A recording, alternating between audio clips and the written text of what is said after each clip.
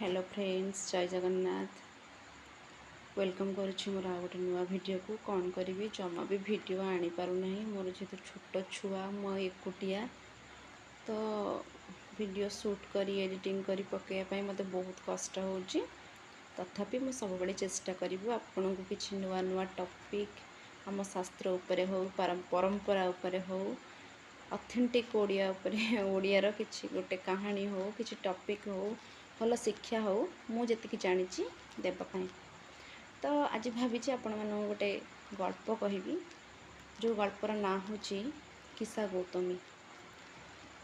कि जदि सत कथा कहबी जीवन रे जन्म और मृत्यु होची सत्य आउ सब होची नाटक।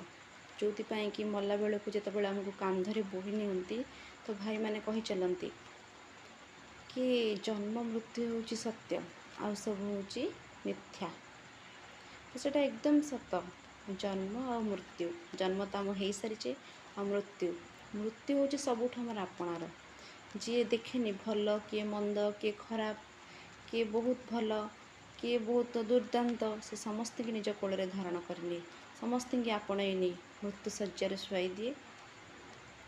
तो आम मृत्यु ठूँ सब निजर मृत्युटा हूँ सब निजर। तो मृत्यु आमको केतबेले आसब आम जीवन में केतबेले दुख भरी सेटा तो कहीं कहींपारे ना। भविष्य बा किए देखी से कहुई टुमरो इज टू लेट। ठीक अच्छे आज से गपटा मुझे निश्चिंत आपण मानक कहबी।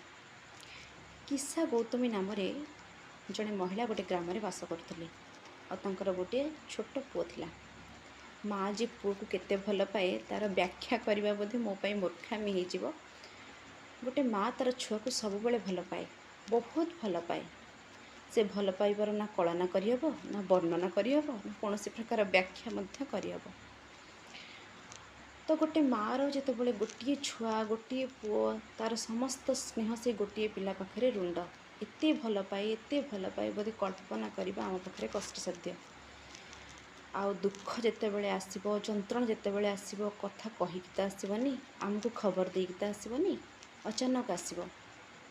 आ दुख जितेबाला आसे सपरिवार सांगे नहीं आसे।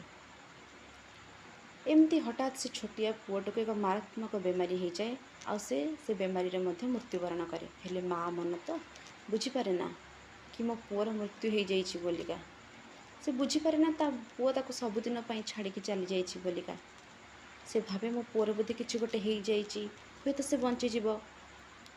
जितेबाला पुओ को डाके पुओ पुओ आ से न उठे मार छाती भीतरटा कौन हो गोटे माँ ही केवल अनुभव कर। से माटी एते पागलाणी भली प्रलाप करुए एते विचित्र कथा कहूए जे गाँव समस्त व्यक्ति मैंने आश्चर्य कहीं ताको बुझे पार न था कि मरबार लोकटा उठी पारबनी बोलिका।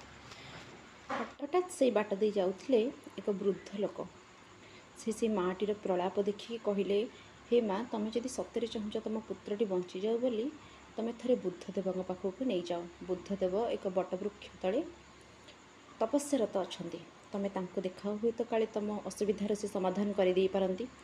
आ माटी जितेबाला यही कथाटी वृद्धों मुखर शुणी काल विलंब नक छुआ को कांधरे पकई देकी से हठात दौड़ा लगिला बुद्धदेव पाखक। मन में गोटे आशंका काले मो पुओ बंचीज काले मो पुओ भल हो।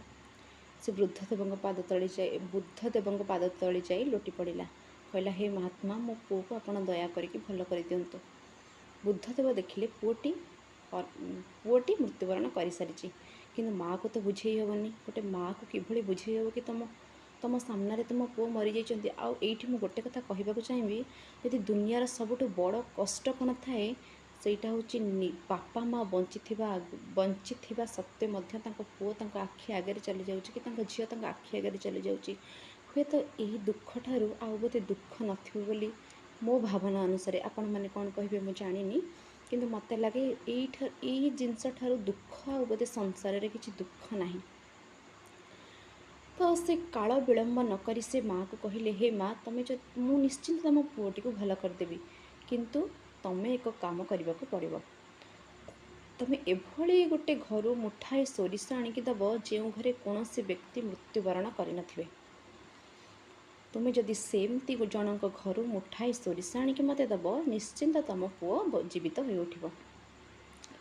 ତ ମାଟି କାଳ ବିଳମ୍ବ ନ କରି ହଠାତ୍ ଗୋଟେ ଗ୍ରାମକୁ ପ୍ରବେଶ କଲେ। ଆଉ ସେ ଗ୍ରାମକୁ ଯେତେବେଳେ ପ୍ରବେଶ କଲେ, ଗ୍ରାମର ପ୍ରଥମ ଘରକୁ ଯାଇ ଦେଖନ୍ତି ମୃତ୍ୟୁର ଅନ୍ୟତମ ତାଣ୍ଡବ।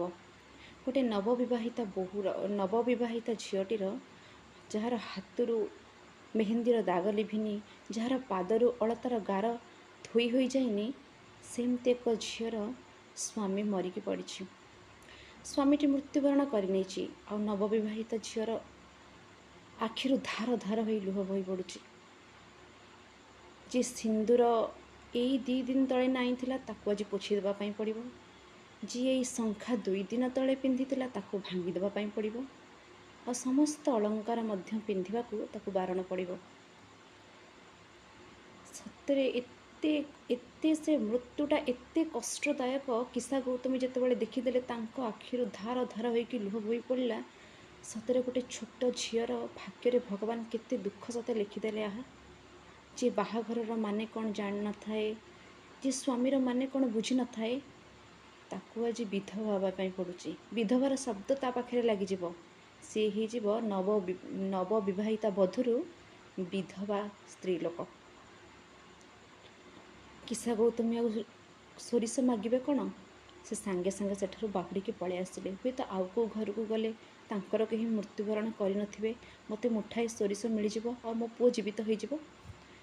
ସେ ଯେତେବେଳେ ଦ୍ୱିତୀୟ ଘରକୁ ପ୍ରବେଶ କରନ୍ତି, ସେଠାରେ ଦେଖିଲେ ଗୋଟେ ଚମ ଧୁଡ଼ ଧୁଡ଼ ହେଇଯାଇଥିବା ଏକ ବୁଢ଼ୀ ଲୋକ ବସି କାନ୍ଦୁଛି ଦୁଆର ମୁହଁରେ। ପଚାରିଲେ, ମା, ତମେ କାନ୍ଦୁଛ କାହିଁକି? ମୋ ପୁଅ ତ ମୃତ୍ୟୁବରଣ କରିଛି, ତମର ଦୁଃଖ କ'ଣ? ତମେ କାନ୍ଦୁଛ କାହିଁକି? ହଠାତ୍ ସେ ବୁଢ଼ୀ ଲୋକଟି ଗୋଟେ ଜାଗାକୁ ହାତ ଦେଖେଇଲା, ଦେଖ ମା, ମୁଁ ହେଉଛି ବୁଢ଼ୀଟାଏ, ମୋତେ ହେଲାଣି 80 ବର୍ଷ, ମୋ ଚମ ହୋଇଗଲାଣି ଧୁଡ଼ୁ ଧୁଡ଼ୁ। ସେ ଭଗବାନ ଏତେ କପଟିଆ, ମୋତେ ହେଲେ ନେଇଯାଇଥାନ୍ତେ, ହେଲେ ମୋର ଏତେ ସୁନ୍ଦର ଭେଣ୍ଡିଆ ନାତିଟାକୁ ସେ ନେଇଗଲେ। ମୋର ଏଇ ବଞ୍ଚି ରହିବାର ମାନେ କ'ଣ? ମୋର ଏଇ ଜୀବନର ଆଉ ମୂଲ୍ୟ କ'ଣ? ମୋ ପୁଅ ବହୁତ ମରିଯାଇଥିଲେ, ଏଇ ନାତିର ମୁହଁଟିକୁ ଚାହିଁକି ମୁଁ ଜୀବନ ବିତାଉଥିଲି। ମୁଁ ହେଲେ ବୁଢ଼ୀଟା ମରିଯାଇଥାନ୍ତି, ହେଲେ ଭଗବାନ ଏତେ ନିର୍ଦ୍ଦୟ, ସେ ମୋ ନାତିଟାକୁ ନେଇଗଲେ। ଏଇ କଥା ଯେତେବେଳେ କିସା ଗୌତମୀ ଶୁଣି ଦିଅନ୍ତି, ସେ ଭାବନ୍ତି, ସତରେ କ'ଣ ମୁଁ ଦୁଃଖରେ ଅଛି, ନା ଦୁନିଆରେ ସମସ୍ତେ ଏତେ ଦୁଃଖରେ ଅଛନ୍ତି? ମୃତ୍ୟୁ କ'ଣ କେବଳ ମୋ ପୁତ୍ରକୁ ନେଇଯାଇଛି, ନା ମୃତ୍ୟୁ ଏମିତି ଅନେକ ଲୋକଙ୍କର ଅନେକ ସମ୍ପତ୍ତିକୁ ନେଇଯାଇଛି? ସେଠାରୁ ମଧ୍ୟ ଫେରି ଆସିଲେ। ଆଉ ଗୋଟିଏ ଘରକୁ ଗଲେ, ହୁଏତ କାଳେ ମିଳିଯିବ ସୋରିଷ ମୁଠାଏ। ମାଆର ମନ ନା, ବୁଝେନି ଜମା ବୁଝିପାରେ ନା। ମୃତ୍ୟୁକୁ ସେ ଜମା ସ୍ୱୀକାର କରି ନେଇପାରନ୍ତିନି। ମୋ ପୁଅ ମୋ ଠାରୁ ଦୂରେଇ ଯାଇଛି, ମୋ ପୁଅ ମୋ ଠାରୁ ସବୁଦିନ ପାଇଁ ଚାଲିଯାଇଛି। ସେ ପୁଣି ଆଉ ଗୋଟିଏ ଗୃହକୁ ପ୍ରବେଶ କଲେ। ସେଠାରେ କ'ଣ ଦେଖିଲେ କହିବି, ଆପଣମାନେ ବି ମଧ୍ୟ ଦୁଃଖରେ ଭାଙ୍ଗି ପଡ଼ିବେ। ଗୋଟିଏ ସଦ୍ୟ ଜନ୍ମ ହୋଇଥିବା କନ୍ୟା ମୃତ୍ୟୁବରଣ କରିଦେଇଛି। ଆଉ ମାଆଟି ସେ କନ୍ୟା ସନ୍ତାନଟିକୁ ଧରି ଏତେ ମାତ୍ରାରେ କାନ୍ଦୁଛି, ମୃତ କନ୍ୟାଟିକୁ ଧରି ଏତେ ମାତ୍ରାରେ କାନ୍ଦୁଛି, ଶିଶୁ କନ୍ୟାଟିକୁ ଧରି, ତାହା ବଖାଣିବା ମଧ୍ୟ ମୋ ପାଖେ ସମ୍ଭବପର ନୁହେଁ। କ୍ଷୀର ବୋହିଯାଇ ବସୁଧାରେ ମିଶି ଯାଉଛି। ଜନ୍ମ ଦେଇଥିବା ମାଆକୁ ଯେ କେତେ ଯନ୍ତ୍ରଣା ହେଇଥିବ, ଯେ 10 ମାସ 10 ଦିନ ଗର୍ଭରେ ଧରି ଜନ୍ମ କରେ, ସିଏ ହିଁ ଜାଣିଛି ଗର୍ଭ ଯନ୍ତ୍ରଣା କ'ଣ। ଆଉ ଶାସ୍ତ୍ରରେ କୁହାଯାଇଛି, ଗର୍ଭ ଯନ୍ତ୍ରଣା ଠାରୁ ଯନ୍ତ୍ରଣା ବୋଧ ହୁଏ ନାହିଁ। ନିଜର ପେଟରେ 10 ମାସ 10 ଦିନ ଗର୍ଭରେ ଧରିକି ଜନ୍ମ ଦେଇଥିବା ଛୁଆର ମୁହଁକୁ ଚାହିଁ, ହସକୁ ଚାହିଁ ଯେତେବେଳେ ସବୁ ଦୁଃଖ ଗୋଟେ ମାଆ ଭୁଲିଯାଏ, ଆଉ ସେଇ ମାଆର ଭାଗ୍ୟରେ ଯେତେବେଳେ ସେଇ ସୁଖଟା ଲେଖା ନାହିଁ, ସେ ଛୁଆଟି ମୃତ୍ୟୁବରଣ କରିଦେଇଛି, ଆଉ ସେ ମାଆଟିର କ୍ଷୀର ଲୋଟିଯାଇ ବସୁଧାରେ ମିଶି ଯାଉଛି, ଆଉ ସେ ଏତେ ଛାତି ଫଟେଇ କାନ୍ଦୁଛି ନା, କିସା ଗୌତମୀ ଦେଖିଲେ ମୋ ଦୁଃଖଠାରୁ ମଧ୍ୟ ଏ ଦୁଃଖ ବହୁତ ଅଧିକ। ମୋ ଦୁଃଖ ବୋଧେ ସେ ତୁଳନାରେ କିଛି ନୁହେଁ।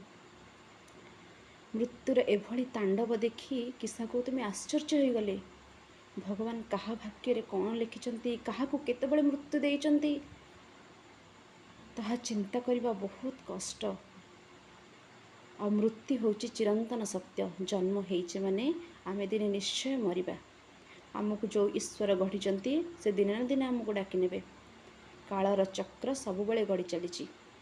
କାହାର କେଉଁ ଦିନ କାଳର ଚକ୍ରରେ ସମୟ ପୂରିଯିବ, କେହି କହିପାରିବେ ନାହିଁ।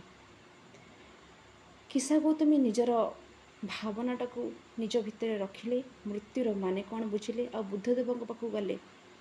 କହିଲେ, ପ୍ରଭୁ, ମୃତ୍ୟୁ ସମସ୍ତଙ୍କୁ ଭକ୍ଷଣ କରି ଚାଲିଛି। ମୃତ୍ୟୁ ସମସ୍ତଙ୍କ ପାଇଁ ସତ୍ୟ, ସମସ୍ତଙ୍କ ପାଖରେ ମୃତ୍ୟୁ। କାହା ଘରେ ଏମିତି ଦେଖିଲେନି ନାହିଁ ଜଣେ କିଏ ମୃତ୍ୟୁ କରିନାହାନ୍ତି। କାହା ଘରୁ ସୋରିଷ ଆଣିବି? ମୋ ପୁତ୍ର ଯେତିକି ଦିନ ବଞ୍ଚିବାର ଥିଲା, ମୋ ପାଖରେ ଯେତିକି ଦିନ କାଟିବାର ଥିଲା ସେତିକି କାଟିଲା। ବୁଦ୍ଧଦେବ ମଧ୍ୟ କହିଲେ, ମା, ମୃତ୍ୟୁ କାହାକୁ କେତେବେଳେ ଗ୍ରାସ କରିବ କେହି କହିପାରିବେ ନାହିଁ। ଏଇଟା ହେଉଛି ନିୟତି, ଏଇଟା ହେଉଛି ସମୟ। ନିୟତିକି ବଦଳେଇ ଦେବାର ଧାରା କାହା ପାଖରେ ନାହିଁ, ସ୍ୱୟଂ ଭଗବାନଙ୍କର ବି ନାହିଁ। ସେଥିପାଇଁ କୁହାଯାଇଛି ମଣିଷ ସବୁବେଳେ ସମୟ ହାତରେ ବନ୍ଧା। ସମୟକୁ ଆମେ ସବୁବେଳେ ସଦୁପଯୋଗ କରିବା ଉଚିତ। କେତେବେଳେ ଯେ ମୃତ୍ୟୁ ଆସି ଆମ କବାଟ ପାଖରେ ଠକ୍ ଠକ୍ କରିବ କେହି କହିପାରିବେ ନାହିଁ। ତେଣୁ ମୁଁ ଏତିକି କହିବି, ସବୁବେଳେ ଆମ ଜୀବନର ପ୍ରତ୍ୟେକ ମୁହୂର୍ତ୍ତକୁ କିଛିଟା ଭଲ କାମରେ ନିୟୋଜିତ କରିବା। କାହାକୁ ଯଦି ସାହାଯ୍ୟ କରିପାରୁଛେ ବହୁତ ଭଲ କଥା। କିଏ କହିବ କାଲି ଦୁନିଆରେ ମୁଁ ନଥିବି, ହୁଏତ ମୃତ୍ୟୁବରଣ କଲା ପରେ କହିବେ ତ ହଁ ଅମୁକ ଥିଲା ଯେ ମୋତେ ସାହାଯ୍ୟ କରିଥିଲା। ସେଇ ଜିନିଷଟା ତ ଶୁଣିଲେ ମନକୁ ଶାନ୍ତି ମିଳିବ, ଆତ୍ମା ସଦ୍ଗତି ପାଇବ। କିଛି ତ ଆମେ ଦୁନିଆରେ ଭଲ କାମ କରିବା। ଭଗବାନ ଜନ୍ମ କରିଛନ୍ତି ମାନେ କିଛି ତ ଆମ ଦ୍ୱାରା ଏ ସମାଜ ପ୍ରତି କଲ୍ୟାଣ ସାଧିତ ହେବ। ତେଣୁ କୁହାଯାଇଛି ବାଲ୍ୟକାଳୁ ଧର୍ମ ସଞ୍ଚୟ କର। ତେଣୁ ବାଲ୍ୟକାଳରୁ ସବୁବେଳେ ଧର୍ମ ସଞ୍ଚୟ କରିବା ଆବଶ୍ୟକ। ଧର୍ମଟାକୁ ବଜାରରେ ବିକ୍ରି ହେଉନଥାଏ ଆଜ୍ଞା, ଧର୍ମଟାକୁ ଆମେ ଅର୍ଜନ କରିବାକୁ ପଡ଼େ। ତେଣୁ ଧର୍ମ ସବୁବେଳେ ଆମେ କରିଚାଲିବା, ଧର୍ମ ପଥରେ ଚାଲିବା। ପ୍ରତ୍ୟେକ ବେଳେ ନିଜର ମାନବିକତାକୁ ଖଟାଇବା ଆବଶ୍ୟକ। ପ୍ରତ୍ୟେକ ମୁହୂର୍ତ୍ତ ଆମ ପାଇଁ ହେଉଛି ମୂଲ୍ୟବାନ। ପ୍ରତ୍ୟେକ ମୁହୂର୍ତ୍ତକୁ ଆମେ ସଦା ସର୍ବଦା ସଦୁପଯୋଗ କରିବା ଉଚିତ। ଏତିକି କହିକି ମୋର ବ୍ଲଗ୍ଟିକୁ ସାରି ଦେଉଛି। ବହୁତ କାମ ଅଛି, ଯିବି ମଧ୍ୟ କରିବି।